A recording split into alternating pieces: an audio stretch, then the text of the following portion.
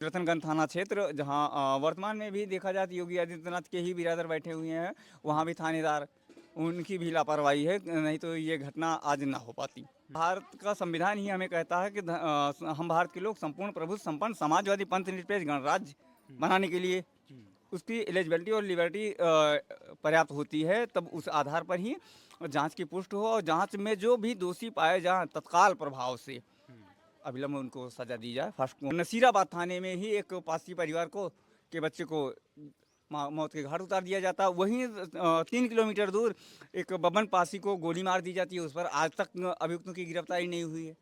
ये योगी आदित्यनाथ की सरकार है।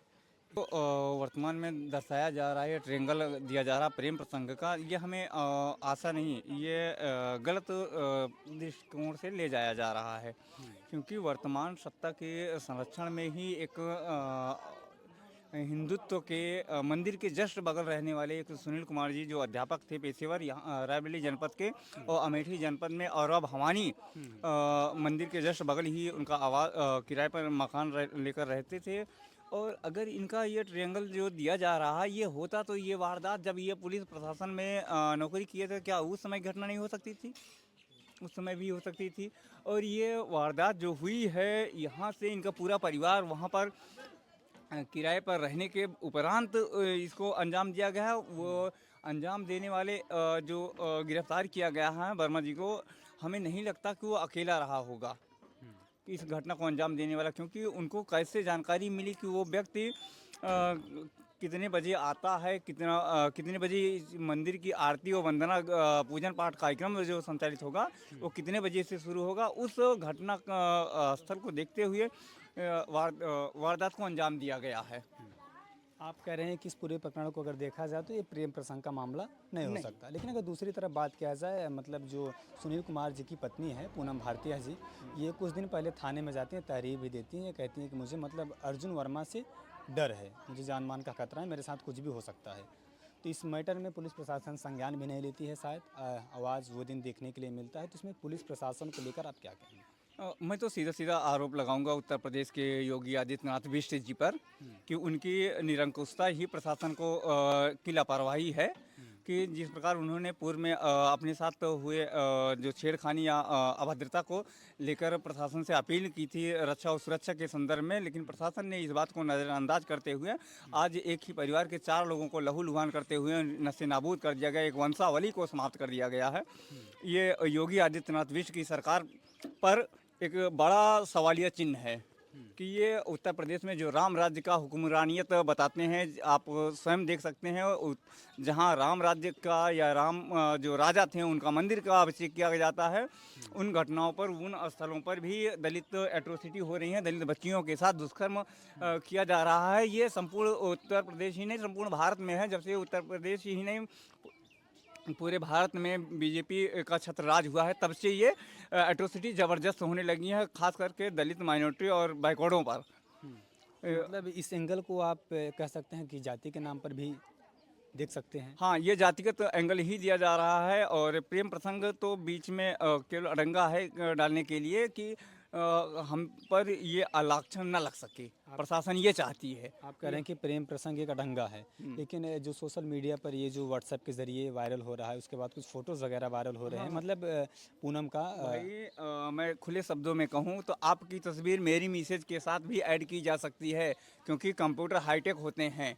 आज के आधुनिकता में अच्छे खासे ऐप आ गए हैं जो किसी भी एंगल को परिवर्तन कर सकते हैं।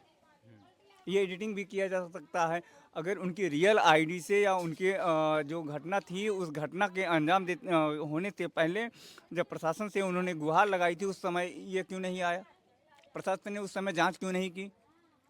मीडिया और सोशल मीडिया जो अब नज़र आ रहा है प्रशासन को कि सोशल मीडिया पर ये तथाकथित षड्यंत्रबाजी जो हो रही है, तो ये उस समय क्यों नहीं नज़र आया? प्रशासन ने उस समय क्या मूक बधिर थी, क्या दृष्टिबाधित थी? तो क्या कह सकते हैं, मतलब एक तरीके से कोई षड्यंत्र था या राजनीति हो रहा था? ये राजनीति हो रही है, क्योंकि वर्तमान में अगर देखा जाए तो इस क्षेत्र में बीजेपी शासित विधायक जी भी हैं, आपने देखा होगा, और यहाँ का विकास भी देखा होगा। इस वजह से इसे राजनीतिक दृष्टिकोण से डाइवर्ट किया जा रहा है। एक वर्मा समुदाय के लिए, एक वर्ग विशेष के लिए किया जा रहा है, जबकि ऐसा कुछ नहीं था। केवल ये प्रशासनिक सोच की समझिए साजिश थी कि वो व्यक्ति वहाँ पहुँचा, घटना को अंजाम दिया, उसके बाद ये पुलिंदे सामने नज़र आ रहे हैं कि प्रेम प्रसंग का प्रकरण है। तो आप क्या चाहते हैं कि अब अनुज वर्मा के साथ आप लोगों की क्या मांग है, उनके साथ क्या, चंदन वर्मा के साथ आप लोग क्या चाहते हैं, उनके साथ मतलब क्या कुछ होना चाहिए? नहीं, हम चंदन वर्मा ही नहीं, अभी तो हम चाहते हैं कि पूरी घटना की निष्पक्ष जांच हो, उसके बाद तथाकथित जो भी अभियुक्त मिलते हैं उनकी पूर्ण रूप से गिरफ्तारी हो और जल्द से जल्द फास्ट कोर्ट के अंतर्गत उनको सजा भी दी जाए। मतलब क्या लगता है कि चंदन वर्मा के साथ साथ इसमें और लोग भी शामिल हो सकते हैं आपके हिसाब से? 100% ये सुनिश्चित है कि इसमें एक ही व्यक्ति नहीं, कई लोगों की साजिश के उपरांत ही ये अंजाम दिया गया है। प्रशासन तो इसमें खास करके लापरवाही किया गया, पर प्रशासन ही इसका जिम्मेदार है। चाहे रायबरेली प्रशासन को कहा जाए, चाहे अमेठी में नज़दीकी है और सिरथनगंज थाना क्षेत्र, जहां वर्तमान में भी देखा जाए तो योगी आदित्यनाथ के ही बिरादर बैठे हुए हैं, वहां भी थानेदार, उनकी भी लापरवाही है, नहीं तो ये घटना आज ना हो पाती। आप कह रहे हैं कि एक प्रकार से मतलब जाति के नाम पर देखा जाए, लेकिन इसके पहले ठीक अभी एक जो अनुज ठाकुर करके था, वो भी तो उनकी बिरादरी से था, लेकिन उनका भी इनकाउंटर कर दिया गया। भाई उस पर आप क्या मैं कहेंगे? सीधे शब्दों में कहूँगा कि एक 100 में से एक को मार दो, क्या ये परिवर्तन है? क्या ये परिवर्तन के अभी सुल्तानपुर में ही जो सराफा बाजार की चोरी हुई थी मार्केट में, सोना या जेवरात की जो चोरी हुई थी, उसमें भी तो उनके बिरादरी था, वो कैसे सरेंडर कर दिया था, जबकि वो गुजरात तक उस पर अभियुक्त तो पंजीकृत हैं, उसका क्यों नहीं किया गया? ये भी तो है।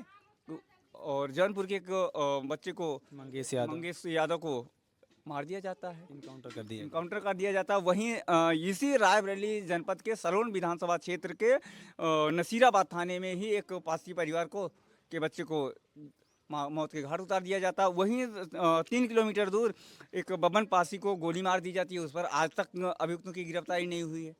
ये योगी आदित्यनाथ की सरकार है।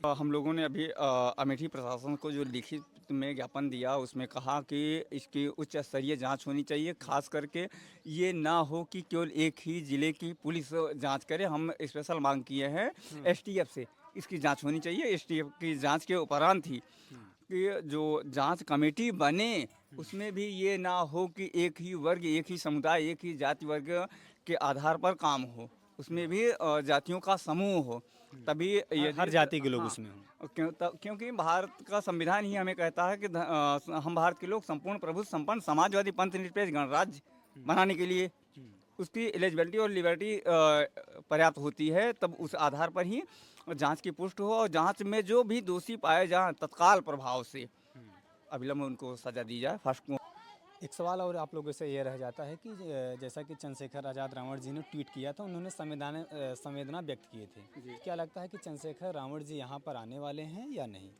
देखिए, चंद्रशेखर आज़ाद जी ने चाहे यक्स पर देखा जाए उनकी पोस्ट या एफबी पर देखा जाए, तो उनमें उन्होंने स्पष्ट शब्दों में कहा है कि 48 घंटे में प्रशासन, चाहे रायबरेली प्रशासन देखा जाए, और ख़ास करके उन्होंने डीएम अमेठी को उसमें इंगित करते हुए कहा है कि तत्काल प्रभाव से मामले को गंभीरता से संज्ञान में लेकर उचित जाँच एवं कार्रवाई करते हुए 48 घंटे में पीड़ित परिवार को न्याय प्रदान करने की मुहिम को उन्होंने तवज्जुह दिया है और कहा है कि अगर मामले को में पीड़ित परिवार को न्याय नहीं मिलता, मैं जल्द ही जनपद अमेठी पहुंचकर जिला अधिकारी कार्यालय का घेराव करते हुए धरने पर बैठूंगा। ये स्पष्ट शब्दों में उन्होंने लिखा है। मैं आपको अपने सोशल मीडिया के माध्यम अकाउंट के माध्यम से दिखा सकता हूँ। तो और अभी जो मैं आया हूँ तो उनके परिजनों से, जो उनके पिताजी उस दिन रात में घटनास्थल पर जब गए थे, उन्होंने जो बाइट दी थी, वीडियो में बयान जो दिया था, उनके संदर्भ में मैंने भीम आर्मी राष्ट्रीय अध्यक्ष को से बात करने के लिए मुझे यहाँ भेजा गया, जबकि मैं अयोध्या मंडल का पदाधिकारी और कार्यकर्ता हूँ भीम आर्मी का। तो फिर भी मुझे यहाँ का नेतृत्व दिया गया है, मैं यहाँ आया हूँ परिजनों से बात करवाने। जो भी बातें होंगी सोशल मीडिया के माध्यम से ही मेरे द्वारा प्रस्तुत की जाएंगी।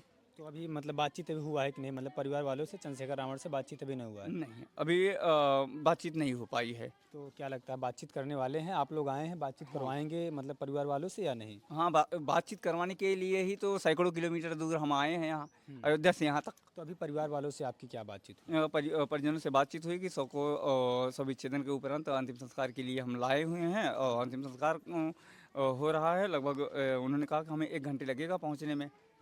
तो हम कहे कि ठीक है, हम घर आपके पहुँच रहे हैं, हम इंतज़ार करेंगे। कहें ठीक है, आइए। चलिए, साथियों अभी हम रायबरेली के सुदामापुर ग्राम सभा में मौजूद थे। जैसा कि ये देखिए भीम आर्मी के कुछ पदाधिकारी थे, इनसे बातचीत करने का प्रयास किया। लेकिन साथियों आप क्या सोचते हैं इस खबरों को लेकर? प्यारा सा कमेंट आप जरूर करिएगा। जय हिंद।